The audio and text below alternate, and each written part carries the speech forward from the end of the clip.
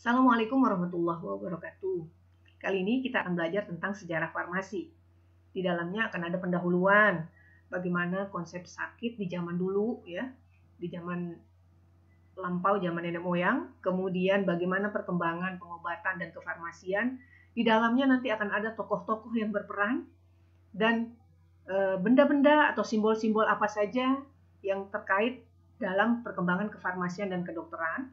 Lalu kita juga akan belajar tentang pemisahan kedokteran dan kefarmasian, dan terakhir tentang sejarah pengobatan di Indonesia.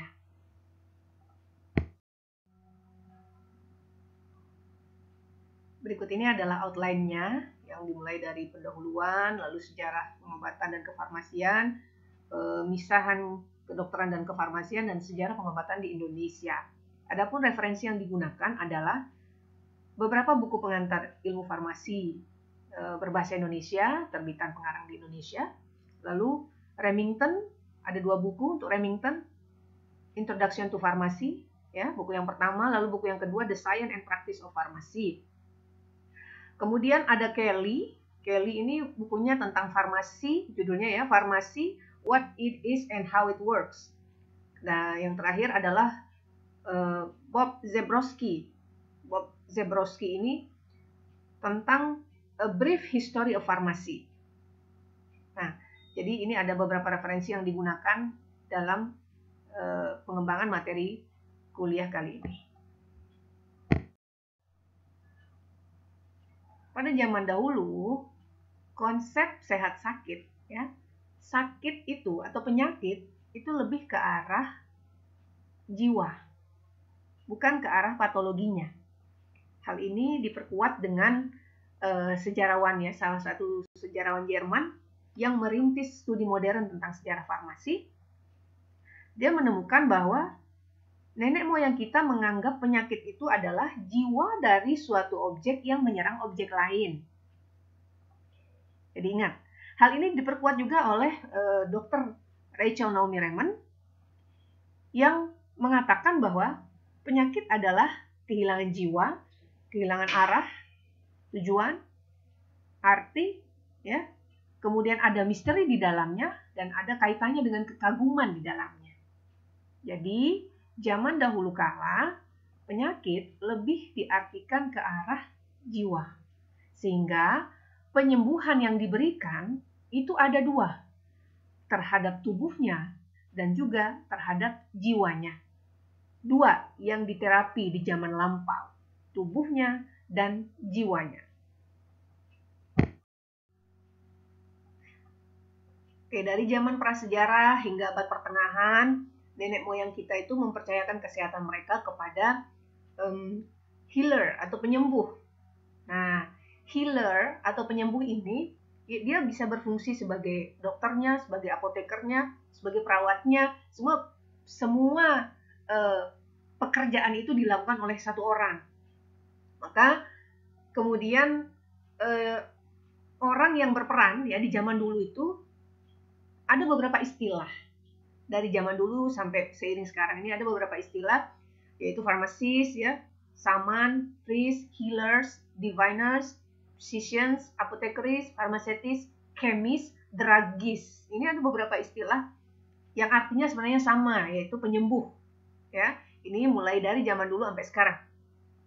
Nah, yaitu kalau dicari artinya monggo silahkan, bisa ada yang artinya dukun, ya, tabib, pendeta, peramal, dokter, apoteker, ahli obat, ya, ahli farmaseutik, ahli kimia. Intinya penyembuh atau healer atau orang yang dipercaya berperan pada zaman dulu itu adalah orang yang menyiapkan dan memberikan obat kepada pasien. Bahkan ada yang berfungsi mulai dari melakukan kegiatan yang kita kenal saat ini dengan nama diagnosa. Nah, di slide sebelumnya dikatakan bahwa penyembuhan itu dilakukan secara 2, yaitu secara fisik dan secara jiwa. Nah, oleh karena itu penyembuh itu memiliki suatu intuisi. Dia punya suatu feeling, punya suatu perasaan, ya. Mereka paham bahwa ketika ada yang sakit, maka dia harus merawat ini secara keseluruhan. Nah, hal ini dinamakan dengan istilah cura personalis, yaitu treating the whole patient. Ya, jadi dia menterapi pasien secara keseluruhan. Ini istilahnya. Sehingga farmasi itu dikenal tidak hanya berdasarkan ilmu pengetahuannya, tapi juga ada sisi humanistiknya dalam pengobatan orang. Kemudian, karena sebelumnya kita katakan bahwa jiwa, penyakit itu lebih terarah atau lebih disebabkan karena jiwa, maka menurut Dr. Raymond, kehadiran dari seseorang pada zaman itu adalah satu obat yang kuat juga. The existence of someone, gitu ya, keberadaan seseorang, kehadiran seseorang. Kalau menurut Dr. Louis Thomas, hope, harapan itu sendiri adalah suatu obat tersendiri untuk menyembuhkan jiwa.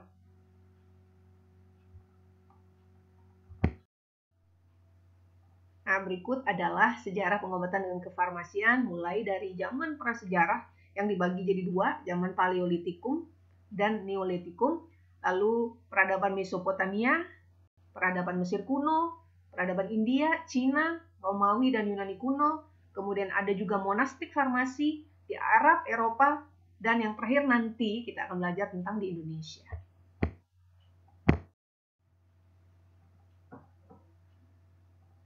Zaman Paleolitikum. Orang-orang di zaman Paleolitikum itu menggunakan nalurinya dalam melakukan pengobatan. Kemudian mereka menjelaskan dunia di sekitarnya itu secara supranatural. Dan kalau ada penyakit, maka kemungkinan penyakit itu disebabkan karena melanggar hal yang tabu, ya, menghina Tuhan, atau mungkin adanya mantra dari dukun lain. Jadi orang-orang zaman Paleolitikum melihat segala sesuatu itu berkaitan dengan hal-hal yang supranatural. Nah, apabila terjadi suatu penyakit ya menimpa seseorang, maka pasien ini akan diminta untuk bercerita atau mengakui gejalanya, ya, kepada samannya, saman healernya atau dukunnya pada saat itu atau tabibnya pada saat itu, ya. Dia diminta untuk mengakui gejalanya sehingga nantinya si saman ini akan merawat seluruhnya, baik pikirannya, baik tubuhnya maupun jiwanya sebagai satu kesatuan yang tidak terkotak-kotak seperti saat ini.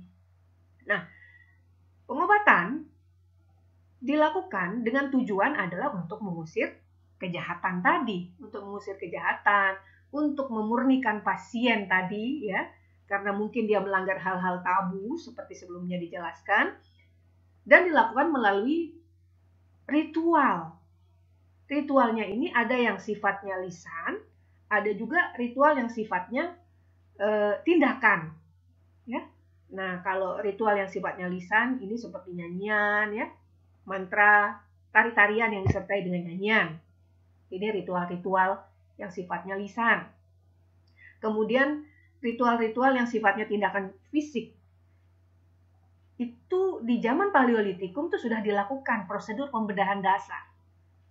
Kemudian juga dilakukan menghisap racun dari luka. Kemudian juga di zaman ini sudah ada pemberian herbal untuk dibaui, dicium, dihirup, atau ditelan oleh pasien. Jadi pemberian herbal ini atau herbal ini itu mungkin merupakan bentuk pertama dari terapi obat. Ya, sudah ada dari zaman Paleolitikum penggunaan ramuan-ramuan atau herbal-herbal untuk melakukan atau untuk mengobati suatu penyakit. Orang-orang pada zaman Paleolitikum itu dia menggunakan pengetahuan dasarnya lah, pengetahuan lokalnya untuk mengatasi gangguan-gangguan yang terjadi. Nah, cara yang dia lakukan bisa dengan coba-coba, bisa dengan instingnya, bisa dengan melalui kecapan rasa, ya, melalui merasai gitu ya, dan melalui pengalaman-pengalaman sebelumnya.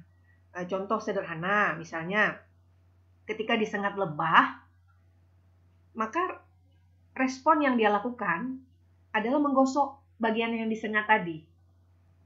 Ya, jadi dia disengat lebah, maka dia akan melakukan respon menggosok secara alami. Dia akan menggosok bagian yang disengat tadi dengan sesuatu yang dingin, sesuatu yang mungkin grainy itu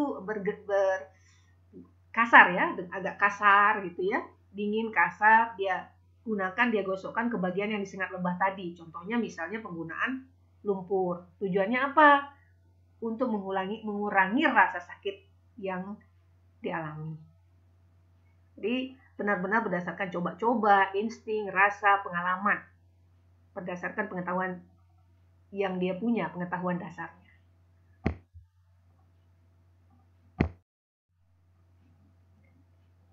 Di gambar yang kiri, kita melihat bahwa pada zaman Paleolitik, tabib melakukan operasi otak yang dikenal dengan istilah trepanasi untuk meredakan tekanan pada tengkorak yang disebabkan oleh trauma kepala. Dan hebatnya, proses ini 75-80% yang melaluinya itu bisa bertahan, bisa survive. Ya, jadi digunakan alat batu yang diruncingkan, lalu dibuat sayatan di bagian atas tengkorak pasien. Tujuannya apa? Dilobangi ya. Dilobangi, tujuannya supaya demon, iblis yang bersarang itu di dalam kepalanya si pasien ini keluar. Nah, melarikan diri gitulah, diberikan jalan untuk keluar. Lalu hasil potongannya ini dipotong kecil untuk dibawa pasien ya, sebagai jimat supaya iblis tadi nggak balik lagi menyerang. Itu ya percayanya mereka. Lalu yang di kanan ini adalah suatu alat yang digunakan oleh tabib untuk melakukan ritual-ritualnya, untuk melakukan proses penyembuhannya. Nah, alat ini bisa jadi simbol keajaiban, simbol misteri, dan simbol kekuatan. Ya, maka sekarang ini menjadi simbol farmasi ya, salah satu simbol farmasi, yaitu mortir dan stemper. Kalau bahasa ini mortir and pestle. Ya.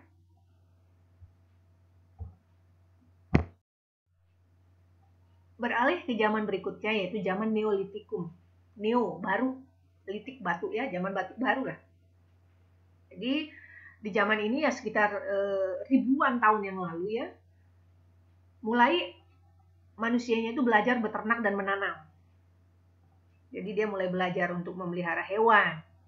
Kemudian juga di sini kepadatan manusianya mulai meningkat. Seiring bertambahnya populasi, maka kebutuhan hewannya meningkat.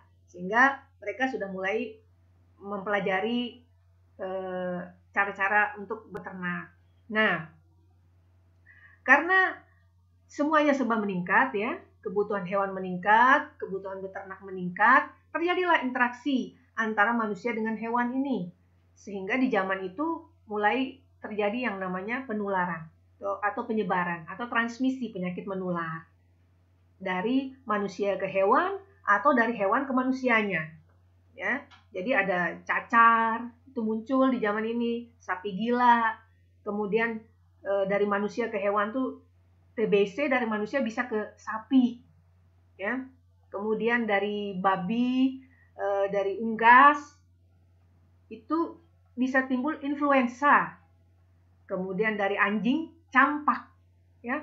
Kemudian dari kucing, ya, anjing juga, ayam, mencit, tikus, reptil itu bisa memunculkan salmonella. Nah, kemudian karena kebutuhan hewan meningkat seiring dengan bertambahnya jumlah manusia, maka kotoran hewan itu bisa sampai masuk ke sistem perairannya mereka. Ya, jadi masuk kuman-kuman ke dalam persediaan air sehingga muncullah polio, tipes ya. Kemudian hepatitis, batuk rejan dan difteri. Jadi penyakit-penyakit ini muncul di zaman Neolitikum.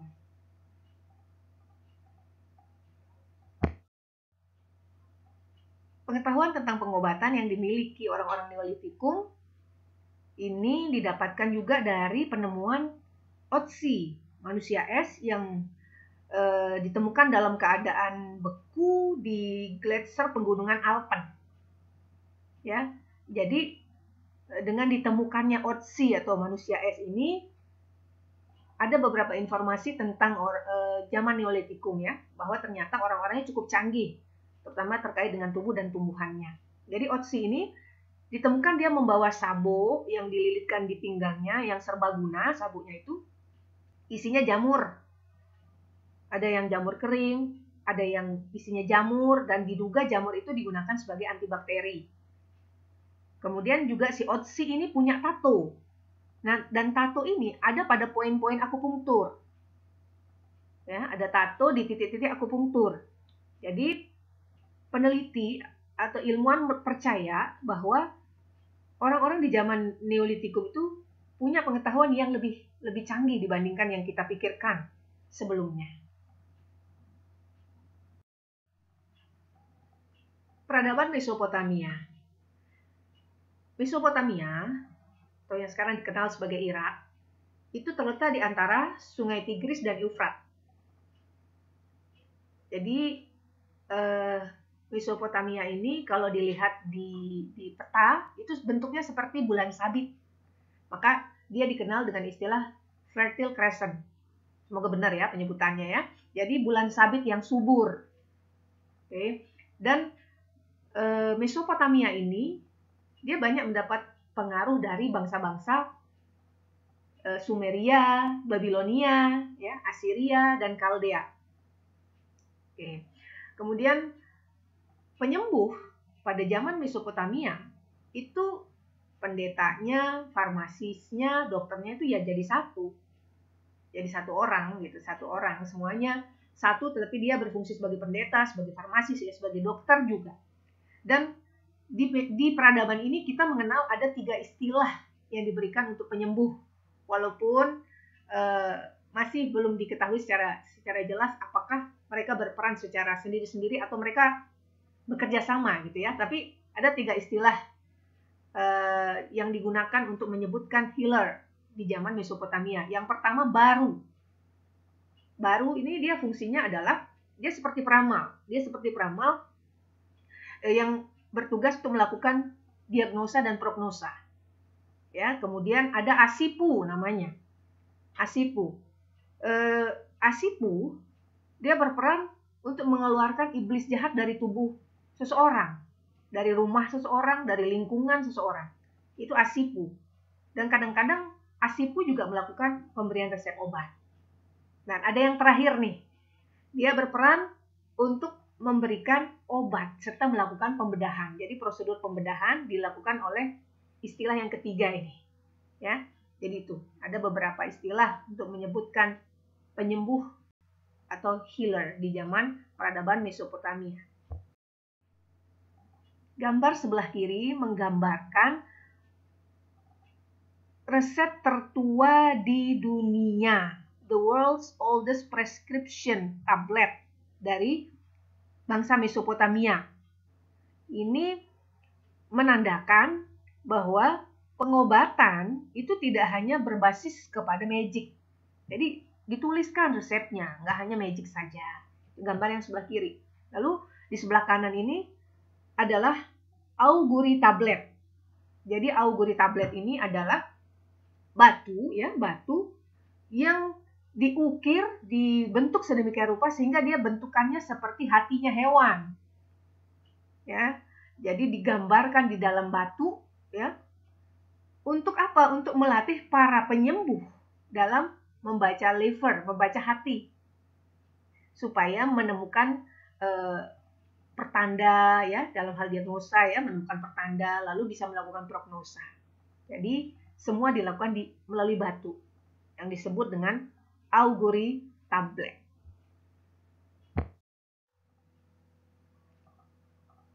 Di zaman Mesopotamia, penduduknya juga mengenal berbagai bentuk sediaan obat. Misalnya seperti poultice, ya. Itu jadi tanaman itu ditambahkan air hangat atau minyak, dihancurin lalu ditempelkan di bagian yang sakit. Dan biasanya ditutup. Kalau kita sekarang ditutup dengan plester atau perban, ya. Itu namanya bentuk sediaan poultice. Ya. Selain itu ada juga decocta. Ada juga bentuk sediaan obat gosok. Ada juga bentuk sediaan salep, lotion, dan macam-macam. Jadi untuk Mesopotamia ini mereka sudah mulai mengenal berbagai bentuk sediaan. Dan juga di zaman ini mulai diperkenalkan kosmetik, tapi dalam bentuk pigmen warna. Ya. Kosmetiknya diperoleh dari benda-benda sekitar. Jadi kalau kepingin dapat warna hijau dan biru, digunakanlah senyawa tembaga. Lalu warna merah digunakan besi oksida. Lalu warna hitam mangan oksida. Warna putih timbal karbonat dan kalsium fosfat. Jadi bangsa Mesopotamia mulai mengenal kosmetik melalui pigmen warna. Dan warna-warna ini kan warna dasar. Warna-warna lainnya itu ya diperoleh dari campuran bahan-bahan ini. Kemudian di zaman ini juga dikenal ada istilahnya, ada King Hammurabi atau Raja Hammurabi yang mengeluarkan peraturan tertulis yang disebut Hammurabi's Code of Law atau Kode Hammurabi. Ya, ini merupakan kode hukum tertulis tertua. Di sini dicantumkan bahwa cara-cara atau tentang operasi dilakukan suatu pengaturan. Pengobatan luka, patah tulang, tumor, abses juga dicatat di dalam undang-undang ini. Dan tidak hanya itu aja, di Kode Hammurabi ini juga dilakukan atau dicatat kalau gagal operasinya, maka pendeta atau dokternya itu bisa menghadapi hukuman-hukuman yang berat. Mulai dari tangannya dipotong sampai ada kematian, tetapi jarang. Ya, ini beberapa hal yang ditemui di peradaban Mesopotamia. Peradaban Mesir kuno. Di gambar kiri kita melihat patung Imhotep. Imhotep itu secara literally berarti dia yang datang dalam damai. Jadi Imhotep ini adalah Perdana Menteri Firaun yang merancang piramida bertingkat di Saqqara. Dia adalah seorang dokter, seorang arsitek, pekerja seni, ya, pematung, dan juga sekaligus sebagai pendeta. Beberapa ilmuwan itu berspekulasi bahwa Imhotep inilah yang mungkin menulis apa yang tercantum di dalam papirus yang ditemukan oleh Edwin Smith. Kemudian di sebelah kanan kita melihat Papyrus Ebers. Papyrus Ebers ini itu adalah dokumen yang paling terkenal dalam dunia kefarmasian, ya. Pada abad ke-16 sebelum Masehi, kertas ini panjangnya 60 kaki, lebarnya 1 kaki. Yang berisi formula-formula obat, lebih dari 800 formula. Kemudian juga di situ ada 700-an obat-obatan yang berbeda. Kebanyakan di dalam Papyrus Ebers ini obat-obatan berasal dari tumbuh-tumbuhan. Ada juga yang dari mineral dan hewan. Obat-obatan yang masih dipakai sampai sekarang itu adalah akasia, kastor atau biji jarak, ya, dan anisi. Sedangkan yang dari mineral itu seperti natrium bikarbonat, natrium klorida.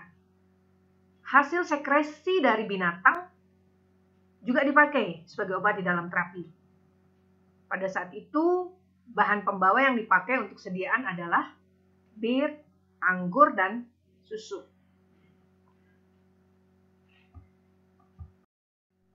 Peradaban India. India dengan agama Hindunya itu punya kitab suci Weda. Weda itu sendiri ada 4. Yang pertama Rigveda, Yajurveda, Samaveda, dan Atharvaveda. Kalau menurut Rigveda, penyakit itu adalah karma buruk. Jadi hukuman yang diterima oleh seseorang karena perilaku buruknya. Ya. Kalau menurut Atharvaveda atau di dalam Atharvaveda itu ada doa, ada mantra yang sifatnya magis, ya, yang digunakan untuk merawat pasien, kemudian juga untuk penyembuhan. Selain itu di dalam Atharvaveda sendiri dia itu ada gambaran tentang penyakit yang diawali dengan demam dan bercak-bercak yang kita kenal sekarang itu seperti cacar. Nah, Selain 4 Veda tadi, ada Veda yang kelima, yaitu Ayurveda, pengetahuan untuk umur panjang. Nah, Ayurveda ini sendiri ada 2 yang utama. Yang pertama namanya Caraka Samhita, dan yang kedua Susruta Samhita. Caraka dan Susruta ini adalah nama dari orang-orang yang berperan di kefarmasian dan pengobatan di peradaban India. Caraka Samhita itu berhubungannya dengan medisin dan farmasi. Sementara kalau Susruta Samhita, dia berhubungannya dengan surgery, dengan operasi, dengan tindakan pembedahan.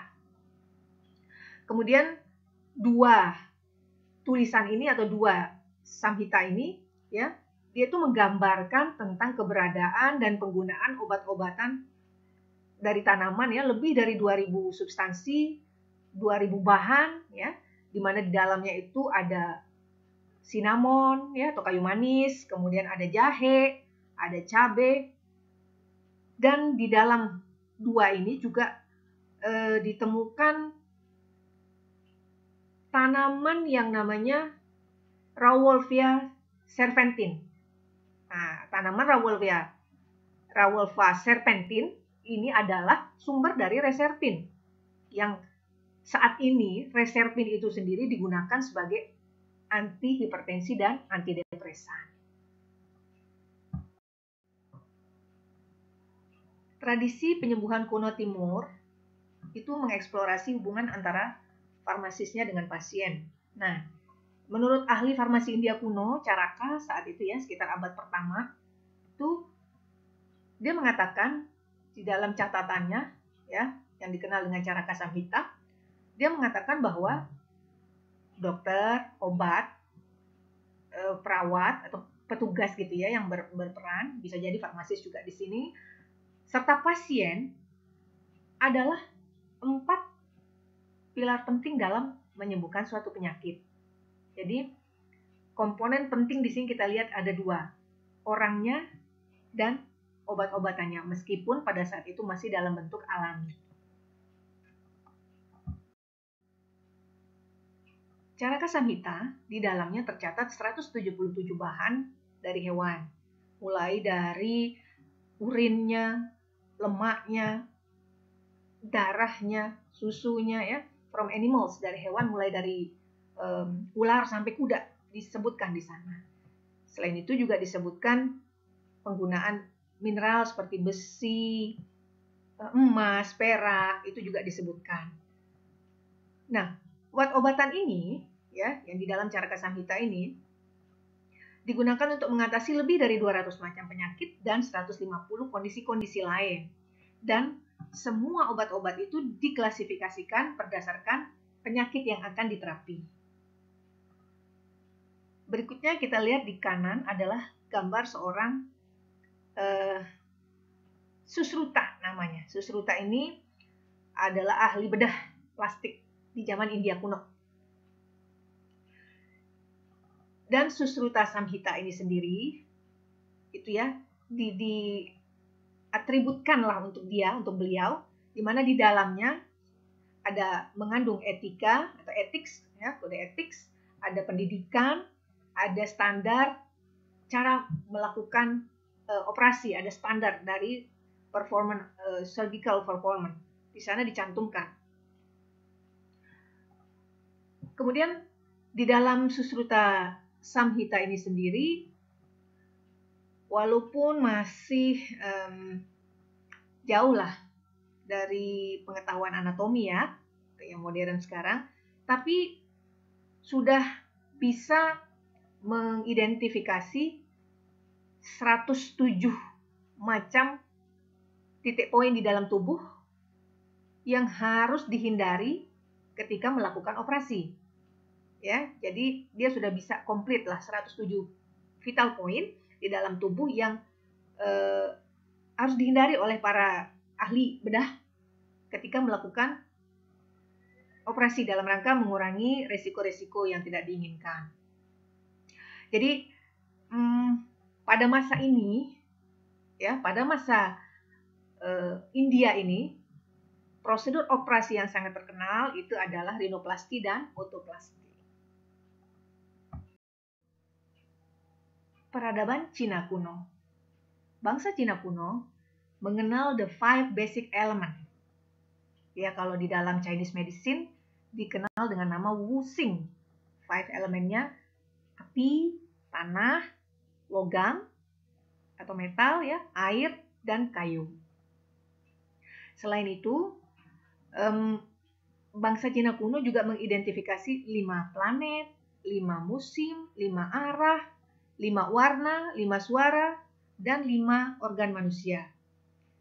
Kalau sakit, mereka menamakannya Bing dan didefinisikan sebagai suatu kondisi ketidakseimbangan atau gangguan keseimbangan atau disharmoni di antara 5 organ tadi.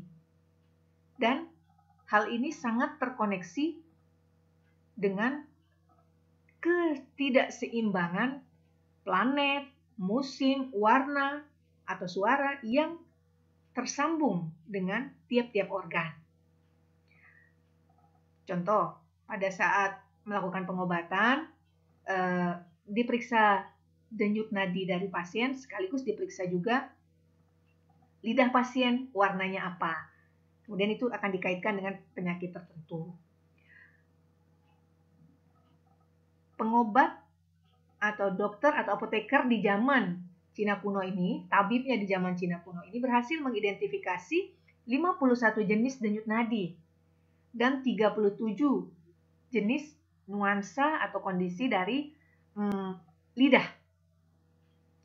Dan di zaman ini juga berhasil diidentifikasi penyakit-penyakit seperti diabetes, disentri, campak, kolera, cacar air, dan penyakit pes.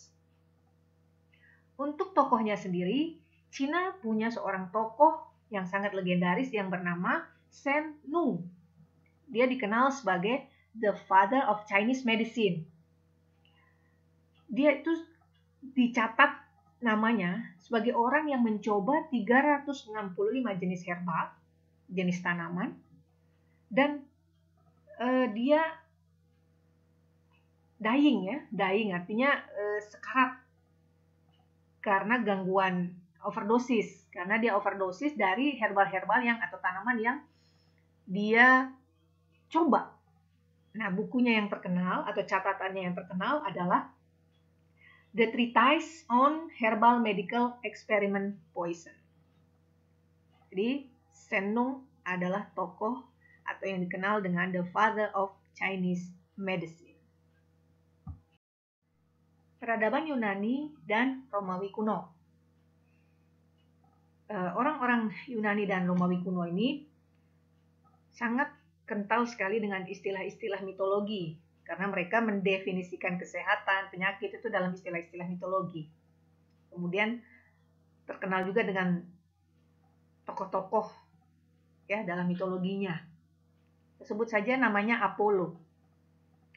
Apollo ini digambarkan sebagai seseorang yang memiliki panah yang dapat menyebabkan penyakit pada manusia dengan menembakkan panah beracun ke tubuh mereka. Apollo namanya. Lalu Apollo punya putra yang di sebelah kanan, namanya Asclepius. Nah, Asclepius ini adalah the most significant healer. Jadi dia yang paling signifikansinya tinggi ya, sebagai seorang penyembuh, ternama lah sebagai seorang penyembuh di zamannya.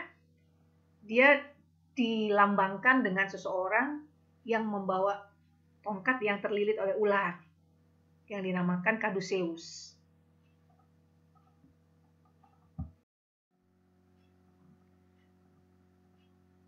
Asclepius punya beberapa orang anak, namun yang notable ya itu adalah Hygieia dan Panacea. Hygieia itu merupakan simbol dari health, kesehatan. Kalau Panacea, simbol dari medicine. Di beberapa sumber mengatakan bahwa Hygieia, higienis, jadi terkait dengan kebersihan, kesehatan, dan sanitasi. Sementara panacea lebih ke arah kesehatan secara universal. Hygieia sendiri yang digambar ini adalah patung yang di sebelah kanan ya.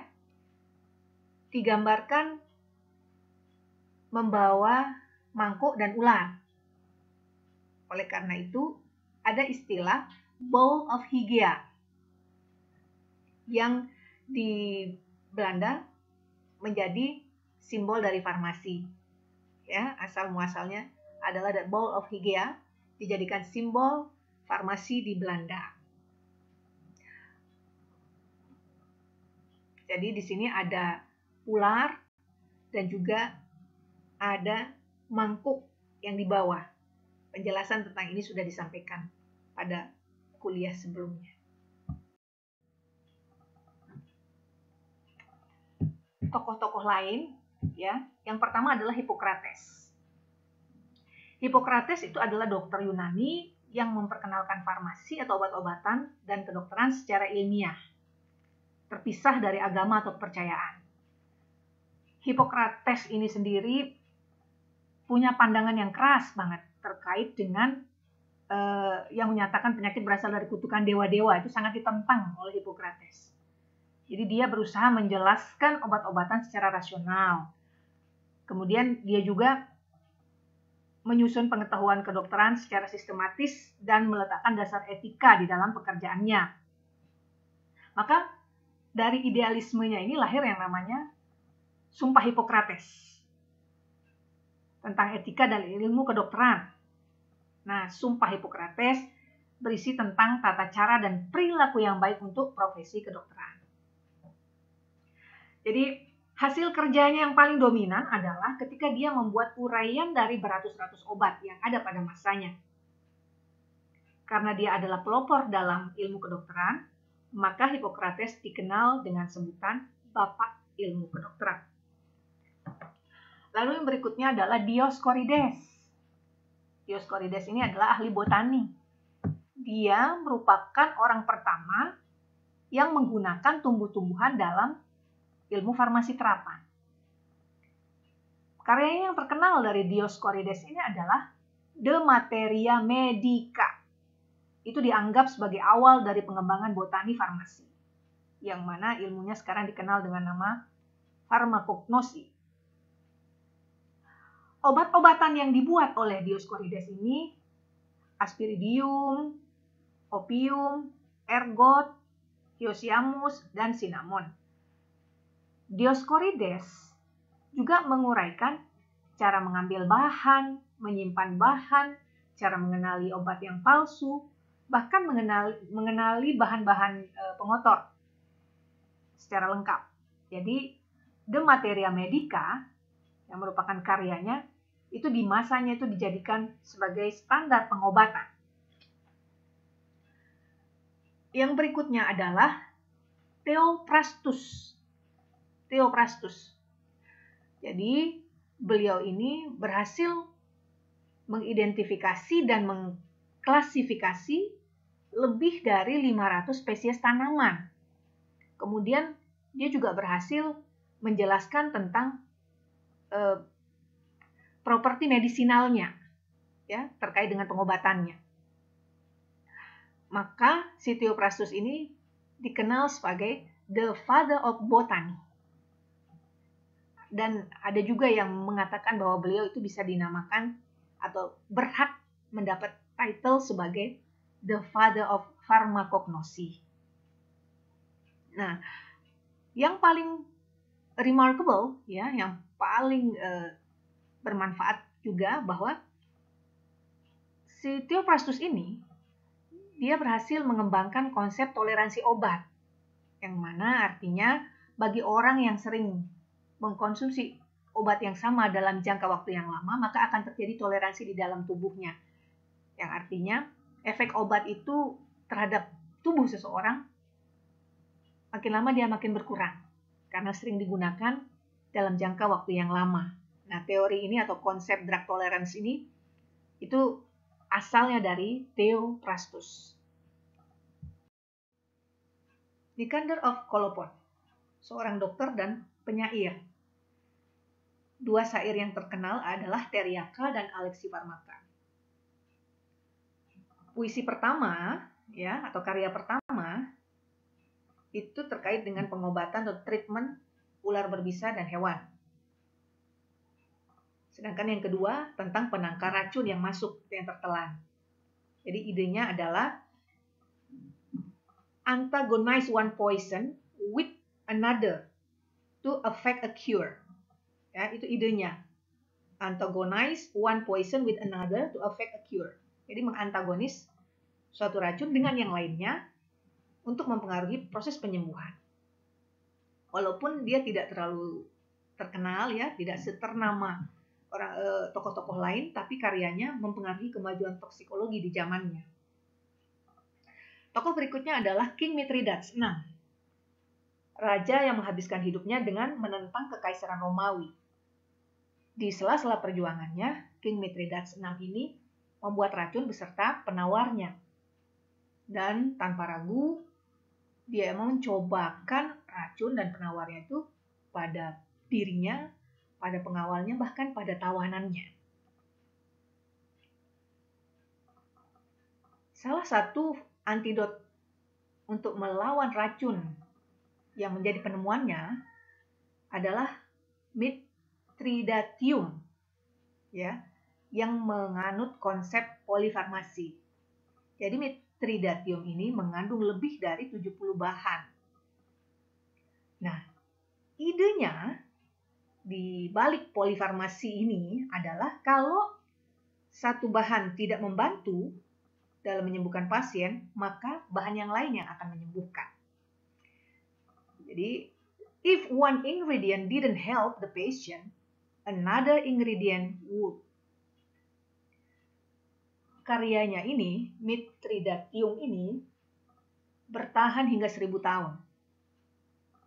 Oleh karena itu, King Mithridates VI ini disebut juga sebagai the father of toxicology. Lalu di sebelah kanan, nah ini namanya Terra sigillata. Terra sigillata ini merupakan suatu tanah liat yang dicuci, dikeringkan, digulung hingga ketebalan yang sesuai, ya, lalu dipotong-potong dan dibuat seperti tablet hisap. Diberikan cap resmi oleh pendeta atau oleh healer di zamannya. Dengan demikian, Terra sigillata ini adalah obat dengan merek dagang pertama yang dijual secara komersial di zamannya.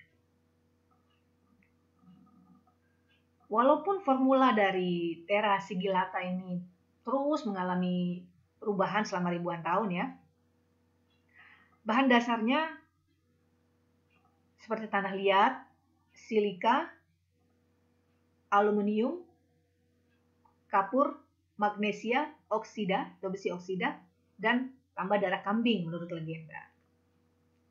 Walaupun formulanya terus berubah, tapi bahan dasarnya ya tidak terlalu jauh berbeda. Dan di zaman dulu digunakan untuk gigitan serangga, gigitan hewan, untuk mata yang berair, disentri, demam dan racun, untuk mengatasi racun. Kemudian si Terra sigillata ini dan beberapa yang sejenis ya, itu bertahan hingga abad ke-19. Claudius Galen. Galen adalah dokter dan ahli farmasi dari bangsa Yunani. Salah satu karyanya yang terkenal adalah Farmasi Galenica, yang membahas tentang ilmu kedokteran dan obat-obatan yang berasal dari alam. Ada formulasi dan sediaan farmasi. Formula yang paling terkenal dari Galen adalah krim pendingin atau cold cream yang disebut Galen's Seratis. Dia berhasil menciptakan sistem perpaduan dari fisiologi, patologi, dan pengobatan. Galen tidak hanya melahirkan 500 buku tentang kedokteran. Dia juga membuat sekitar 250 buku tentang hukum, filsafat, dan tata bahasa. Galen dinyatakan sebagai peramu obat pertama atau perintis ilmu farmasi. Di sebelahnya adalah Damian dan Cosmas. Jadi Damian dan Cosmas ini adalah saudara kembar keturunan Arab, Kristen yang taat. Jadi selain menawarkan pelayanan dalam hal keagamaan, mereka juga memberikan manfaat di bidang kesehatan. Dan dia dikenal sebagai dua orang yang memberikan pelayanan secara gratis. Ya, tidak menerima bayaran. Kemudian setelah kematiannya, itu muncul berbagai keajaiban di sekitar pemakamannya. Yang paling terkenal adalah kemunculan onta di pemakaman mereka yang mengatakan kepada masyarakat bagaimana seharusnya Damian dan Cosmas dikuburkan. Jadi Damian ini sendiri adalah apoteker, sedangkan Cosmas adalah dokter. Namun di beberapa buku dikatakan bahwa mereka berdua adalah dokter. Monastik farmasi. Pada abad ke-15 sampai ke-20, pengobatan, penyembuhan itu berada di lingkungan biara. Di lingkungan biara ini tanaman obat ada, dilengkapi dengan bacaan-bacaan atau bahan bacaan yang mendukung proses pengobatan dan penyembuhan di zaman itu. Kontribusi Muslim bagi perkembangan farmasi diawali dari racun, antidot, dan sarana untuk mendeteksi racun. Karena itu kebanyakan dasar kefarmasiannya ditetapkan oleh ahli toksikologi. Ada beberapa tokoh, kita ambil yang populer, ya. Yang pertama adalah Avicenna. Avicenna atau lebih dikenal dengan nama Ibnu Sina. Jadi beliau menulis sebuah buku Adwiya al-Qalbiyah, obat jantung yang mengandung 760 obat. Ibnu Sina menyiapkan obat untuk raja-raja dan sultan di zamannya. Dia curahkan seluruh volume obat-obatan sederhana dalam karyanya Kitab Al-Kanun fil Tibb atau Canon of Medicine. Berikutnya adalah Al-Biruni. Al-Biruni ini menulis kitab atau buku yang paling berharga tentang farmakologi, berjudul Kitab Al-Syaidalah fi Al-Tibb, The Book of Drugs. Ya, ini Al-Biruni. Dia memberikan pengetahuan rinci tentang sifat-sifat obat dan menggariskan peran apotek, tugas dan fungsi seorang apoteker. Ini yang dilakukan oleh Al-Biruni. Al-Biruni juga mempromosikan pelatihan akademik dia bagi mahasiswa farmasi. Yang berikutnya adalah Ibnu Al-Baitan. Nah, Ibnu ini menjelaskan sebanyak 1.400 obat yang diturunkan dari berbagai tumbuhan. Termasuk ada 200 tanaman baru dalam bukunya Kitab Al-Jami fil Adwiya Al-Mufrada. Buku ini berdasarkan pada 300 tanaman yang ditemukan olehnya sepanjang pantai Mediterania antara Syria dan Spanyol. Buku ini melampaui karya Dioscorides dan tetap digunakan hingga abad ke-19. Buku keduanya yaitu Kitab Al-Mughni fil Adwiya Al-Mufrada dipublikasi sekitar 1260, ya, di mana obat-obat diurutkan menurut efek terapinya. Jadi beberapa ilmuwan-ilmuwan yang memiliki peranan, ya, khususnya dari Muslim, ya, dalam pengobatan dan perkembangan kesehatan. Paracelsus adalah seorang dokter dan ahli kimia dari Swiss yang punya pengaruh besar terhadap perubahan di bidang farmasi. Dia terkenal dalam menyiapkan bahan obat spesifik dan memperkenalkan zat kimia dalam obat internal. Sampai saat ini, sebagian besar penemuannya masih dipakai. Ya. Paracelsus ini terkenal karena dia juga menolak teori humoral dari Galen. Salah satu hasil eksperimennya adalah ketika dia meramu laudanum, yaitu opium pekat yang dimurnikan, dan mengandung keseluruhan alkaloid. Jadi pada abad 18, sangat umum ditemukan perokok opium. Namun, setelah beberapa tahun kemudian baru diketahui bahwa ternyata opium itu berbahaya bagi kesehatan, sehingga muncullah larangan merokok opium. Salah satu quote yang terkenal dari Paracelsus adalah, "Poison is in everything, and nothing is without poison. The dosage makes it either a poison or a remedy." Jadi, racun itu ada di mana-mana. Atau semua hal itu adalah racun. Nggak ada yang tanpa racun. Tapi dosis itulah yang membedakan apakah sesuatu itu bisa menjadi racun atau bisa menjadi obat. Itu quote Paracelsus yang sangat terkenal. Berikutnya adalah Nicholas Culpeper. Dia memulai karirnya di bidang kedokteran. Dan dia ini sangat tertarik kepada pengobatan herbal. Jadi dia berusaha mencari pengobatan-pengobatan herbal untuk menyembuhkan penyakit. Karena dia beranggapan bahwa kalau menggunakan herbal, jauh lebih murah, lebih meringankan pasien. Salah satu buku yang sangat membawa namanya itu adalah The Complete Herbal. Itu adalah Nicholas Culpeper.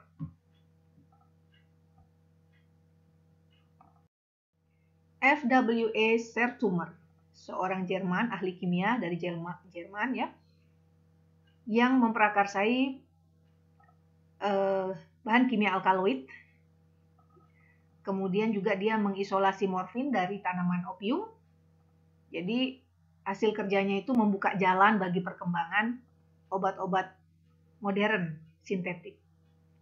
Lalu ada Christopher Marshall, dia adalah imigran Irlandia yang membuka pertama kali apothecary shop, ya, toko obat-obatan atau apotek lah di Philadelphia tahun 1729 yang akan mempengaruhi perkembangan di bidang kefarmasian di Amerika.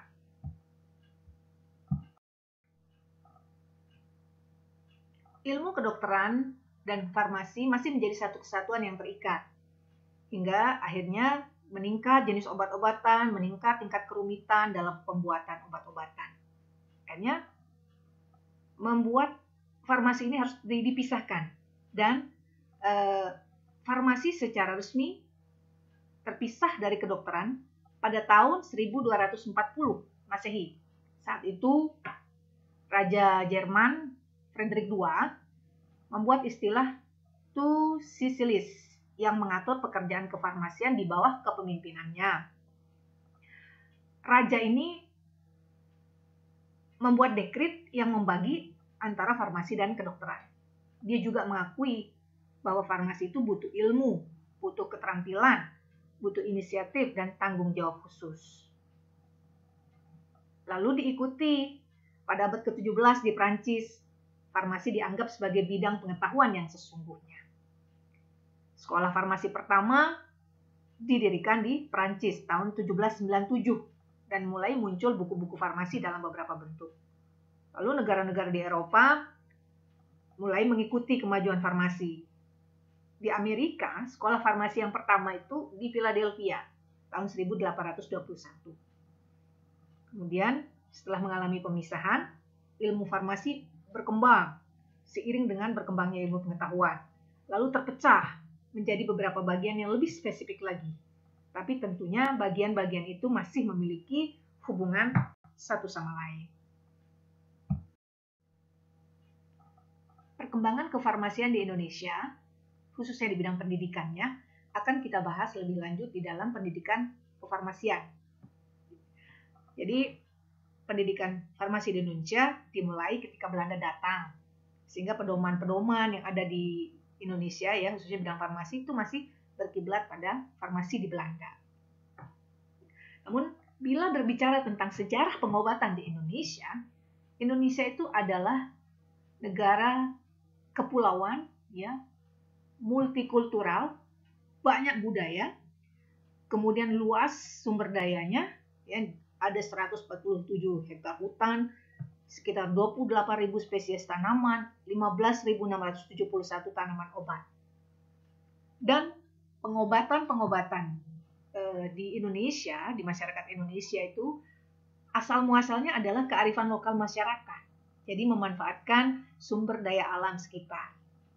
Lalu pengetahuannya tentang pengobatan diawali dengan pengetahuan tentang obat tradisional. Dan ini sifatnya empiris. Empiris ini artinya berdasarkan pengalaman dan dapat diwariskan.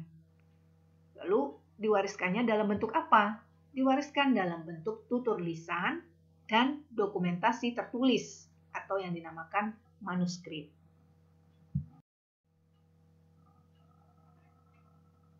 Adapun media yang digunakan atau manuskrip yang digunakan itu tertulis dalam media batu, media daun, dan media kertas. Media batu bisa kita lihat di contohnya adalah relief Candi Borobudur. Ya. Jadi relief Karma Wibangga dari Candi Borobudur. Lalu relief-relief pengobatan tradisional lain juga kita lihat di beberapa candi-candi seperti Candi Prambanan, Candi Tegawangi, Candi Penataran. Lalu media daun, ada istilahnya lontar pengobatan. Nah, untuk daun lontar, daun kelapa itu digunakan sebagai media dalam menuliskan pengobatan. Contohnya, lontar Usada Bali, kitab Husada Jawa, itu juga media daun, kitab Mujarabat, kitab Sunda, sama Lontara Pabura dari Bugis.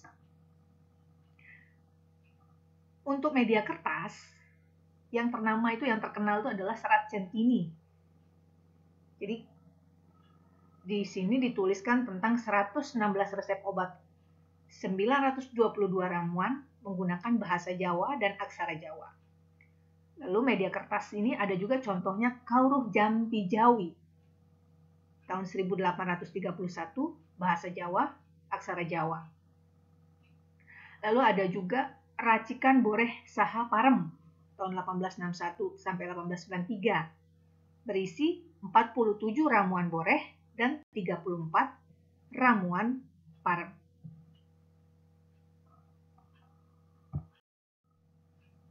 Jadi ramuan-ramuan yang disertai dengan mantra-mantra jampi ya, atau meditasi dengan doa, ada senandung gitu ya, itu digunakan untuk pengobatan, untuk kesehatan, untuk kecantikan, untuk kekuatan, dan juga untuk perlindungan. Nah, nenek moyang kita mengartikan sakit itu sebagai suatu kegagalan dalam pencapaian keseimbangan antara batinnya, fisiknya, dan lingkungannya.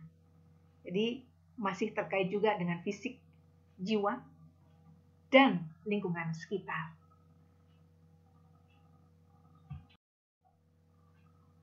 Demikian materi sejarah farmasi. Semoga bermanfaat, dan jika ada pertanyaan, silakan melalui forum diskusi. Terima kasih. Assalamualaikum warahmatullahi wabarakatuh.